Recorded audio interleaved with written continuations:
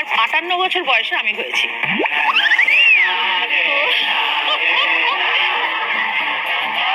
এই আমার হাসিটা রোগ, তুমি অমনি করবে না, আমি হেসে ফেলবো কিন্তু। ৬২ বছর বয়স হয়েছে। আপনার 62? হ্যাঁ, আমার ছেলে 38। এটা কি করে সম্ভব? এটা শুনি আমি। রসে বসে থাকলে হয়? সবটাই মন আর মাথায়। আমার জীবনে আমাদের সিউড়িতে জমিদার ফ্যামিলি, অভিজাত ফ্যামিলি, অনেক টাকাওয়ালা ফ্যামিলি, অনেকগুলো ছেলে মেয়েওয়ালা ফ্যামিলি। আমি হচ্ছে সবার ছোট সেই পরিবারের মানুষ। আমার বাবার ৫৮ বছর বয়সে আমি হয়েছি।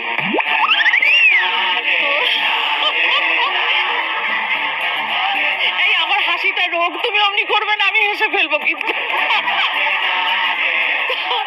এবার বাবা তো অতগুলো বাচ্চা টাচ্চা মানুষ করে আর ঠিক আছে একটা ফালতু ফাও নিয়ে যাও টাইপের ব্যাপার হয়ে গেছিল।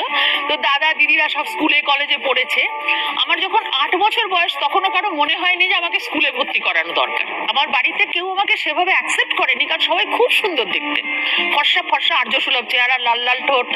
এবার ছোট থেকে আমার শুনতে হতো যে বাড়িতে বাচ্চার সঙ্গে আমি পাল্টে গেছি। সুতরাং আমার ভেতরে আরেকটা জিনিস গড়ে উঠেছিল যে আমি একটা অন্য বাড়িতে মানুষ হচ্ছি। তো আমার যখন ৬ বছর বয়স তখন আমার মাকে বলেছিলাম, মা রাজদার বাবাকে একটু বাবা বলে ডাকবো। মানে আমার বাবাকে বাবা বলার অধিকার ছিল না, সেটা আমার দাদা দিদিদের ছিল। কেন? কেন জানতে চাই না। কেন জেনে ঝগড়া বাড়িয়ে কিছু লাভ নেই বাবু।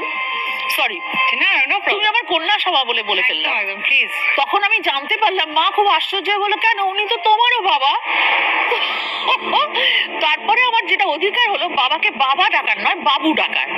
বাবু কাজের লোকরা ডাকতো বাড়ির, সেই জন্য আমার বাড়িতে সবাই বাবাকে বাবা ডাকতেন, আমি শুধু বাবু ডাকতাম। স্কুলে ভর্তি হওয়ার পরে আস্তে আস্তে বড় হলাম, পড়াশোনা করলাম, বাড়ির সংসারে কাজ করলাম, কারণ এটা তো আমার ধারণা আমি পালিত কন্যা, সুতরাং কাজ করেই খেতে হবে। তারপরে যখন আমি হায়ার সেকেন্ডারি দিলাম, ইংলিশে অনার্স নিয়ে কলেজে ভর্তি হলাম, তখন আমার বাবু মারা গেলেন। বাবু মারা যাওয়ার পর ওরা চাইছিল আমি বাড়ি থেকে বেরিয়ে যাই, তাহলে বিষয় সম্পত্তি বিক্রি করে বিয়ে দেওয়ার যে ব্যাপারটা সেটা হবে না। আমি সেটা বুঝিনি। তো শুধু আমি দেখছি যে আমার পড়াশোনাটা হচ্ছে না বাড়িতে, কিন্তু আমি পড়তে চাই, পড়তে আমাকে হবেই। তখন আমি একদিন ঠিক করলাম সকালবেলায় উঠে যে আসবে সে ডিমওয়ালা থেকে তরকারিওয়ালা, আমি তাকেই জিজ্ঞেস করবো আমাকে বিয়ে করবে কিনা, কারণ আমি পরীক্ষাটা সেবার দেবো, পার্ট 1টা। তো অ্যাক্সিডেন্টালি আমার দাদার বন্ধু, তিনি আমাদের স্কুলের টিচারের ছেলে, তিনি ঢুকলেন। তো আমি তাকে বললাম, অমুদা আপনি আমার বিয়ে করবেন? নিয়ে খুব আশ্চর্য হয়ে গেল, নিয়ে বললো কেন? আমি বললাম পরীক্ষা দেবো।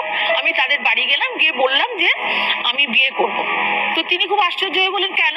আমি বললাম যে না, আমি পড়াশোনা করতে চাই। উনি বললেন এটা কি হোস্টেল? আমি বললাম না, আমি পরীক্ষা দেবো। তারপরে মমতা কিছু বলেছেন হয়তো, নিয়ে বিয়েটা হলো ৮০ সালের জানুয়ারি মাসে। আমি আস্তে আস্তে ঠেকে ঠেকে শিখেছি যে আমি লিখে দিচ্ছি তোমায় বিয়ের পর পড়াবো, বিশ্বাস করো না। আমার জীবনে এবং অন্য কোনো শ্বশুর বাড়িতে, ইনক্লুডিং আমার মা, আমি আমার মাকেও এত পড়াশোনা করা সত্ত্বেও তার বউদের পড়তে দিতে দেখিনি। তার মানে তারা আপনাকে পড়তে দিল না? পড়তে দিল না মানে ধরো লোডশেডিং হচ্ছে, সন্ধ্যেবেলায় পড়বো, মোমবাতিটা নিয়ে অন্য জায়গায় উঠে গেল। তো তখন আমি দেখলাম হবে না, পার্ট 1টা ওখানে কোনো রকমে দিয়ে আমি বাপের বাড়ি চলে এলাম। জানতাম না আমার বাচ্চা আছে পেটে, তখন নভেম্বরে এসছে, ৮০ সালের নভেম্বরে। মাকে বললাম আমি ডিভোর্স করবো এবং পড়াশোনা করবো। মা আর বললেন যে না, জমিদার বা ফ্যামিলি, অভিজাত ফ্যামিলি, বংশে কোনো ডিভোর্স নেই, ডিভোর্স করা চলবে না। মা কিন্তু এটা আমাকে করতে দিলেন না। আমি বললাম ঠিক আছে, তুমি বাইরে ভাড়া থাকলে খারাপ দেখায়, তো তুমি আমাকে গ্যারেজটা ভাড়া দাও ৩০০ টাকায়,